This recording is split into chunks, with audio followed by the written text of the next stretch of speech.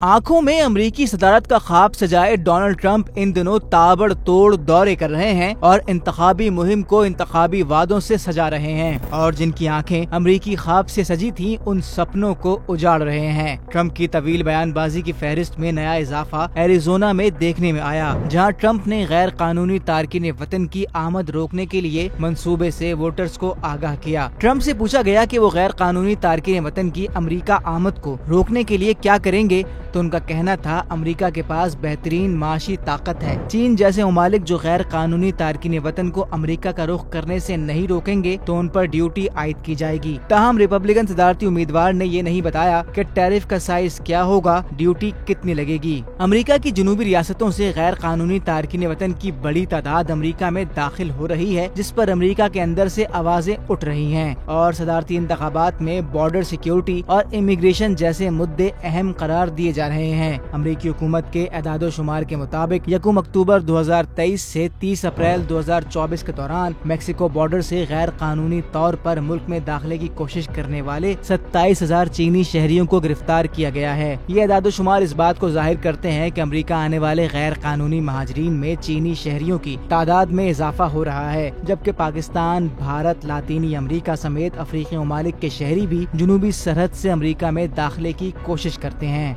Immigration को लेकर Trump की सख्त पॉलिसी के बाद इमिग्रेशन फ्रेंडली डेमोक्रेट्स भी सख्त फैसलों पर मजबूर दिखाई देते हैं। रवां हफ्ते ही सदर जो बाइडेन ने एग्जीक्यूटिव ऑर्डर के जरिए असाइलम सीकर्स पर सख्त पाबंदियां आयद कर दी हैं। नए एग्जीक्यूटिव ऑर्डर के तहत इमिग्रेशन हुक्काम के पास इख्तियार होगा कि वो गैर कानूनी तौर पर सरहद उबूर करने वालों को फौरी वापस भेज सकें। एक हफ्ते में पनाह की दरख्वास्तों की यौमिया शरह 2,500 से तजावुज करने पर मजीद दरख्वास्तें वसूल नहीं की जाएंगी और गैर कानूनी तौर पर सरहद उबूर करने वालों को बिना किसी सुनवाई के वापस उनके मुल्क या मेक्सिको डिपोर्ट कर दिया जाएगा। गैर कानूनी क्रॉसिंग्स की शरह 1500 से कम होने की सूरत में ही दरख्वास्त वसूली का अमल दोबारा शुरू हो सकेगा। गैर कानूनी महाजरीन के साथ वापस न जाने वाले बच्चों, मरीजों या संगीन हिफाजती खतरात का सामना करने वालों और इंसानी स्मगलिंग के शिकार अफराद को इस पॉलिसी से इस्तिस्ना हासिल होगा। यूएस कस्टम्स और बॉर्डर पेट्रोल के अदादो शुमार के मुताबिक मई के दौरान यौमिया 3800 अफराद गैर कानूनी तौर पर सरहद उबूर करके अमेरिका में दाखिल हुए। गुज़िश्ता माली साल के दौरान गैर कानूनी महाजरीन की तादाद तकरीबन 20 लाख थी और रवा माली साल भी उनकी तादाद इतनी ही रहने की तवक्को है। कुछ माहिरीन का ख्याल है कि बाइडेन के एग्जीक्यूटिव ऑर्डर से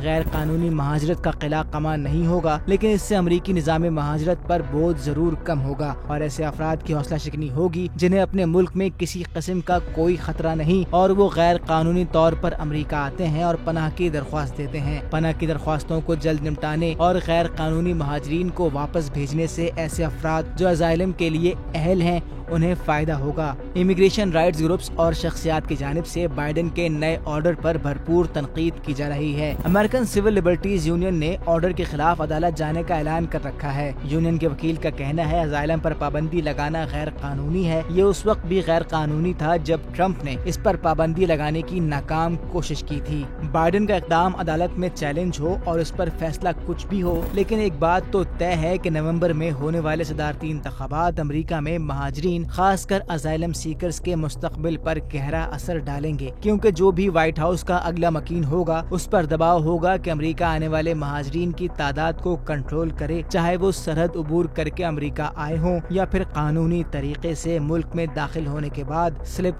कर गए हों।